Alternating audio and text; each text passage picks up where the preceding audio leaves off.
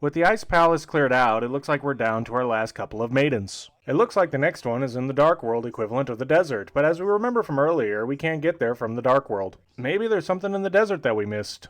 Heading over there, using our trusty flute, it drops us off on top of a cliff with 2 black rocks. Lifting up one of them will reveal a teleportation panel, which will bring us to the Dark World equivalent of the desert. Yeah, that tracks. The Dark World equivalent of the desert seems to be a swamp. Ah yes, the dark equivalent of a barren, dry, arid area is a lush, flooded forest. That seems more cruel than parallel. This swamp always has a raging storm. It has a ton of enemies. Feel free to use the screen nukes to clear them out.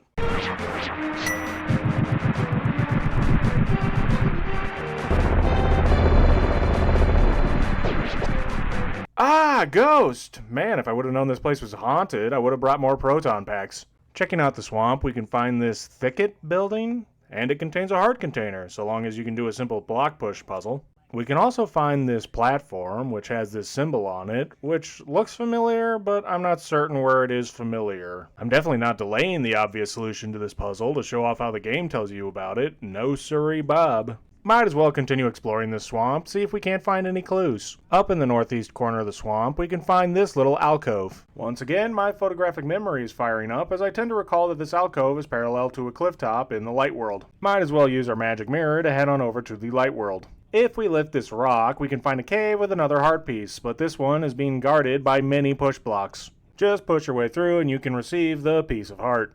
I would be amazed if you can't get it on your first try. Anyways, checking out more of the swamp, we eventually find a cave, inside of which is an insect who will tell us stories. Yeah, I know. Here's 20 rupees. Give us your wisdom, bug boy. The storytelling insect tells us that, as a matter of fact, monster magic is making it rain in the swamp. Oh no, not monster magic. That's the worst kind of magic that there is. If you can move the air with more force than the monsters, the rain may stop. Well, it's too bad we don't have the Wind Waker. It would really come in handy for this. Suppose we'll have to settle with the Ether Medallion. Oh hey look, it's that same symbol. I wonder what will happen when we use Ether on top of that symbol.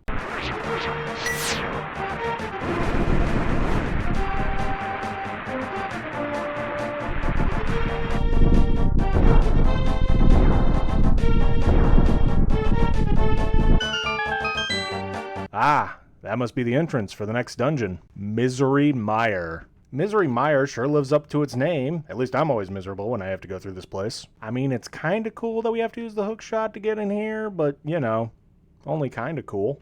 Oh boy, it's the return of the Wizrobes, my favorite enemies in the Zelda franchise.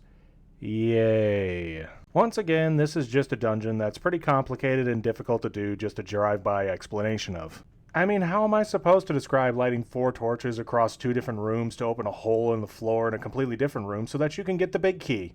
Even Sahasrara doesn't help much by telling us what we're supposed to do after we've already done it. Eventually we can get to the big chest by doing some acrobatics thanks to the hookshot, and we receive the item of this dungeon, the Cane of Samaria. The Cane of Samaria allows us to create a single block. Boy, this would have come in handy in the Ice Palace. And it's absolutely necessary to get through this dungeon because of this single switch in the dark basement. I feel like there's more that we could be doing with this cane. Why do I feel like I'm going to wind up regretting saying that? Anyways, this somehow gets us to the boss chamber, and the boss we will be fighting today is Vitreous, which is an eyeball surrounded by a bunch of other eyeballs. What, again? The strategy to fighting this boss is pretty complicated, so try to keep up. Okay, listen closely. The strategy is, swing your sword wildly until all the little eyeballs are dead. Then do the same thing with the big eyeball. Oh, and watch out for lightning because yeah, this eyeball can shoot lightning.